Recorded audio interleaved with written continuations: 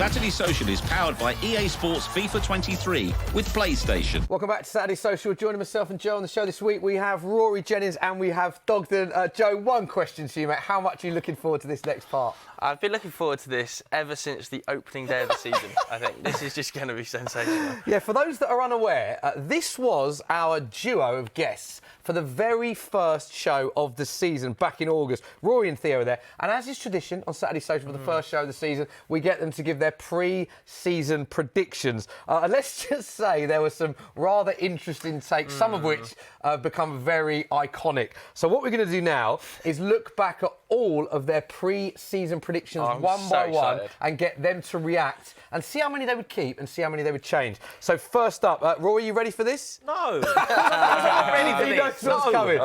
Theo, you looking forward to this? I'm just looking forward to seeing what I picked. I've completely forgot. Clever. Okay, clever. we're going to remind you. We're going to remind you. Don't worry Right, about you've forgotten. First up, champions. This is what you picked for champions. And I've got to say, looks like you both absolutely nailed it. Yes. Do you want to give yourself a pat on the back? Well done. Man Can City. we end the show? Sorry. Let's not get too many pats on the backs for predicting Man City would win the league. Which everyone did. This is such a crazy prediction. Honestly. I mean, statistically still not done, but it does look like they're going to lift the trophy. Yeah. So well done. I don't want to rest on that one, though. You don't? Let's just move swiftly on because, you know... Joe doesn't like giving praise to anyone, does he? No, I do. And you know what? Well done, lads. Champions correct. Let's have a look at your top four, then. The other three teams that you guys predicted to finish alongside Man City. Liverpool, Tottenham, Chelsea. So you both went for Liverpool, Tottenham, Chelsea in slightly different orders. None of those three in the top four at the time of recording, of course. Liverpool can still get into the top four, but statistically impossible for Tottenham and Chelsea at this stage of the season. Rory, thoughts? There is actually very difficult. We've managed to predict three teams who currently aren't in it. Yeah. Like, tough to do. That's almost difficult. You know, if you said name the three teams that should make it but won't, that's the answer. We've managed to do, achieve the impossible. Like, Liverpool could get in, and that would obviously make this slightly easier to bear. Tottenham... Who could predict that? I thought they won the transfer window. Remember the signing of Bissouma, Richarlison, Antonio Conte off the back of the previous season. Remember the previous season? They got into the Champions League. They beat Arsenal along the way. And I thought this is going to be their year. They're going to get into the top four. They could even compete for the league. How wrong I was. And do you know what I will never do? I've made the mistake here because I didn't doubt Tottenham. Never, ever put any faith in Tottenham again. I will never, ever Hang on a minute. You've got Chelsea in there who are below Tottenham in the league. What are your thoughts on that? This is just a complete anomaly, weird season. Nobody could have predicted that. Tottenham have lived up to their own expectations. People forget Chelsea started this season with Tuchel.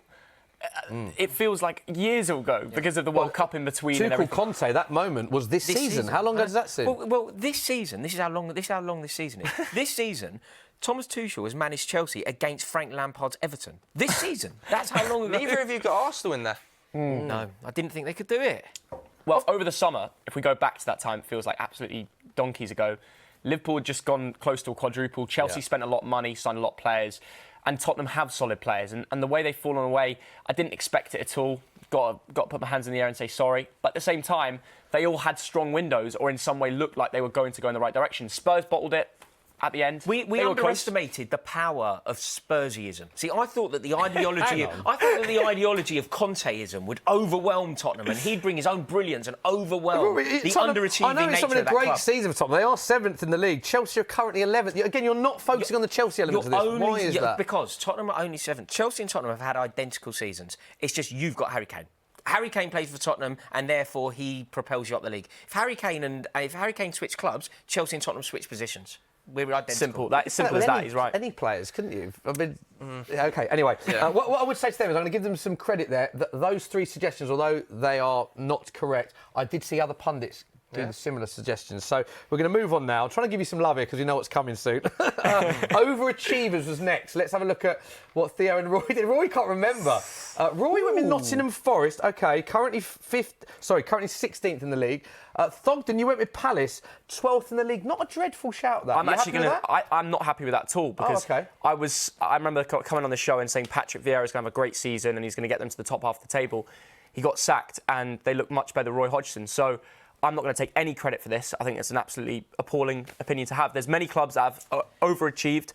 I think Palace have with Roy Hodgson, but I didn't know that would change. So, Thogden, I've got to help you out here. Yeah. When you get an element of victory, right? When you can position, this is in life, right? Yeah. When you can position something as a bit of a victory, No, I'm you've gonna got be to honest. take it. You've got to Take take the it. You need to W. bring up Patrick Vieira there. I have Just to be say, honest. I always saw this coming. But having said that, I Brilliant. did mention that Eze and Elise would have a big year, and they have done. And it's great to see Eze hit double figures. I predicted that. I saw him in the Championship for QPR. I knew he was going to step on, and they have. So I'm happy with They're that. on the same points as Chelsea, so I don't think it's a dreadful. And I said Forest to overachieve, and by the definition of overachieve, I meant survive. So I think I got that one bang on. That's 1-0 Rory. Who would be your overachievers? Yeah. Who would be your overachievers now? If you were to look back on that and re-select an answer for that, who would be your overachiever? It's got to be Brighton or Newcastle for me. Arsenal. I'm going to actually say a pick here that people won't give enough respect to. They did at me to remind me that I got this wrong. But Bournemouth. Everybody but Bournemouth down, 20th place, had a weak transfer window. The job Gary O'Neill's done is incredible and deserves more respect, so I am going to mention them. Yeah, I was surprised Gary O'Neill wasn't nominated, actually, Yeah, he for should have been. manager of the season. Manager The of job the that year. he's done is amazing. We're going to come on to Bournemouth in a bit, though. Yeah, absolutely. Let's go to underachievers next. Who were your pre-season predictions for underachievers? We've done all right here. Wow. Rory, Leicester. Have we done it right? Are Man United underachievers here? Yes, definitely. Really? Hold on. Definitely. Ten Hag has had the best debut season as a manager for Man United in history. 38 wins. That's better than anybody else. He's lost more won games the than cup. Solskjaer. He's won the cup already. He lost more league games He's in than a Solskjaer. cup final again. He could win a double. He could have, would have, should have. He hasn't yet. And he No, won't. but Rory, let's have it right. If United finish Fifth. theoretically could finish third though and win a domestic double, how is that underachievement No, when probably you included said they'd be seventh? OK, we'll cross that imaginary bridge when we get there. We'll cross that imaginary situation that they win a double of cups, beating Manchester City in a final and finishing Well, third. even if they finish fourth with one. If fifth with one, it would be my most likely outcome. And would that be an And that would be an underachievement? underachievement, yeah. Particularly from where they were, because at one point, I remember around the time that they went to Crystal Palace away, and I think Elise scored a last-minute equaliser, we were talking about Manchester United potentially launching a serious bid for the title. But if So you they've contextualise fallen it away. to your pre-season predictions, when United had come off the back of their worst ever Premier League season, I think everybody had them categorically seventh, probably. But Ten Hag came in. A lot of money was spent. a lot of money, to be Spent fair. a lot of money. I think United this is a underachievers, disgrace. I think, is a mad Underachieving shout. is a bad statement to make at this point. he's lost more. He's lost more league games than Ole Gunnar Solskjaer. But as I said, he's won more as well. But he's taking more you can't- points, so... Yeah, he has. Anyway. He's had.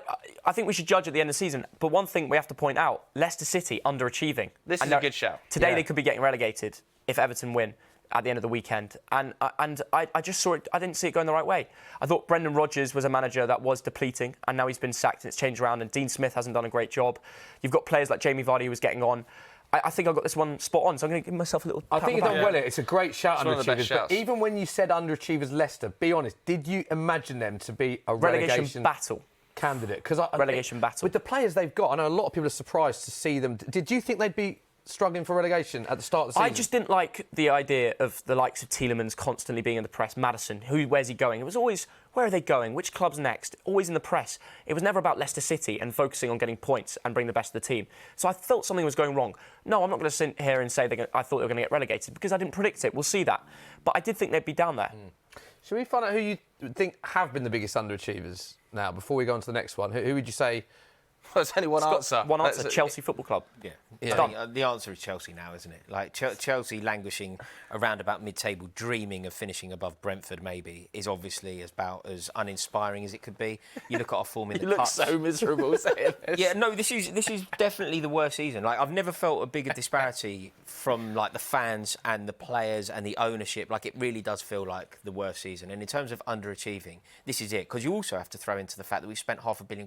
It's almost Exactly. impossible to do that. You've very, got- very rare in any industry that you can spend £500 million and get worse. You've got World Cup winners in your team. You've purchased in January, spent big money on, and you haven't seen any improvement. You've now got Pochettino. I think the one thing you can say is next season, with that squad, you can build something. You can be in the talk for top four. I do hope you are correct, Thogden, but I am feeling very fearful. Really. Let's move it on then. Relegation, you touched on this earlier, so let's have a look at who you predicted to go down. What I would say as well, tough this because the relegation battle Brentford! involves so many Is teams. that Brentford? Rory, Leeds, Brentford and Bournemouth. Brentford? Brentford! Why happened there? Brentford? I just thought that they were going to. I thought that they were going to struggle. I really did. I thought that there was potential for them to, just off the back of the season that they'd had. I thought Eriksen leaving. Eriksen leaving. I just thought that, you know how there's sometimes the anomaly. So Leicester are the anomaly this year. Yeah. Like, nobody could have predicted Leicester. I was trying to think slightly outside of the box, and I thought Brentford could have been pulled into it. Bournemouth... I mean, I agree with you, by the way. Gary O'Neill for Manager of the Year. I think it's a travesty that he's not in the top 5. Rory, you said water is wet, Bournemouth are going down. Well, funny you should say that, Theo, because all of the people on this sofa right now are very vocal about Bournemouth. So many pundits predicted Bournemouth would get relegated that Bournemouth created this video, which is absolutely genius. Give this a watch. I will never make a video ever again in my life if Bournemouth stay up. Yeah, a couple of free transfers, not good enough, 20th place. I agree. But Bournemouth, sorry, I've got you going down. Bournemouth, 100% they're coming last. Bournemouth, they're already relegated. Bournemouth, obviously Southampton, Bournemouth. I think Bournemouth, 100% will go down. Bournemouth just haven't done enough. They haven't done enough. Bournemouth go down. In other news, water is wet. We will be relegated. I guarantee it. Is water still wet, Rory? Clearly not. Clearly not. I've got to say, that was from Bournemouth's official Twitter account. That is absolutely brilliant. And you all featuring that. And yeah, the job that they've done. It's amazing. Absolutely incredible. Like, Gary O'Neill, incredible. What Gary O'Neill has done there, he has achieved the impossible. And I think if you look at any manager's achievements this season, nothing surpasses the chasm between what we expected and what he's delivered.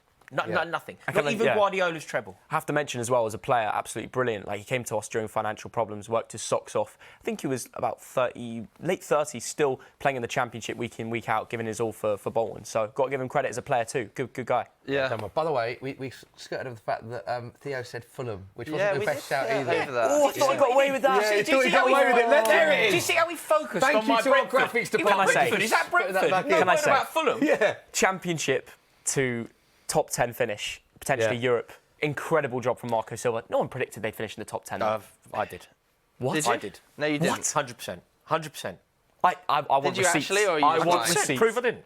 There's no way. Okay, who do you actually think is going to go down now?